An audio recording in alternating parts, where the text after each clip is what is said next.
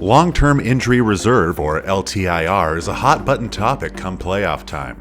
But what is LTIR really? The National Hockey League has protocols in place for when players get injured. They also operate with a salary cap system that limits the amount of money teams can pay their players across the league. But what happens when a player gets hurt for a long period of time? Well, the NHL has a long-term injury reserve protocol that teams can use. To qualify for LTIR, a player must be expected to miss at least 10 NHL games and 24 days of the NHL season. When a player is on LTIR, a team may exceed the salary cap. This allows for a team to bring in replacement players to fill the void. It is vital, as it enables teams to stay competitive when players get injured.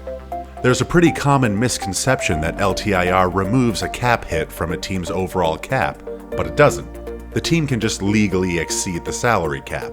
That all sounds fair, right? You're at the salary cap and your star player goes down with a cap hit of $9 million. You've got to call someone up, but you still have to pay your injured player. The NHL lets you go over the cap while that player is out by giving you an LTIR cap pool. That injured player's cap hit then becomes LTIR cap pool and is added to the team's salary cap to create a new temporary salary cap for that team.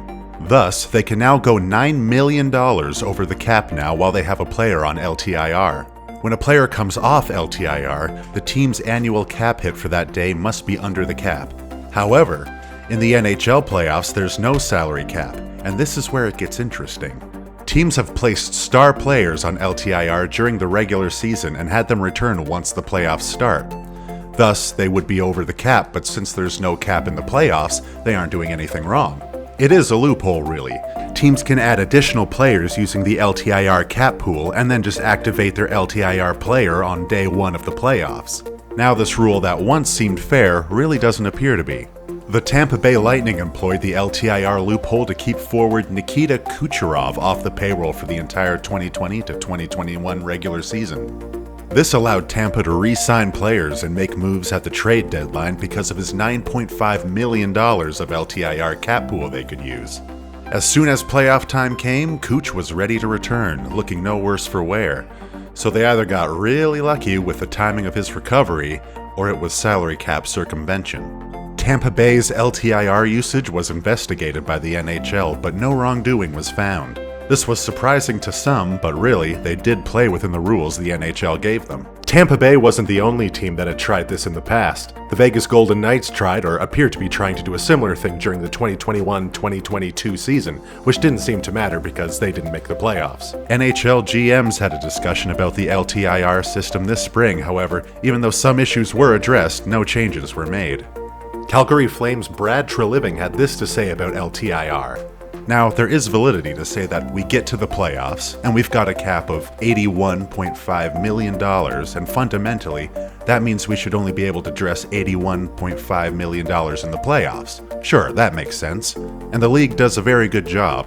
You can't just put somebody on LTI and add to your cap without the league going through that with a fine-tooth comb. Teams aren't willy-nilly putting players on injury reserve.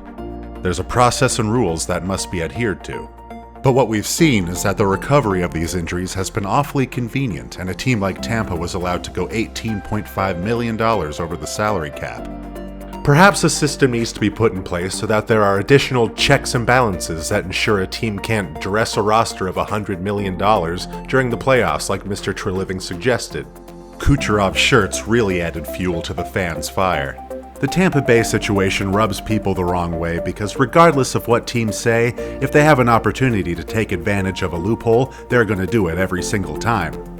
It is very likely that we will see some small changes made to the system to remove potential abuse, but the system as a whole is very vital to the competition balance in the National Hockey League. So love it or hate it, LTIR is here to stay.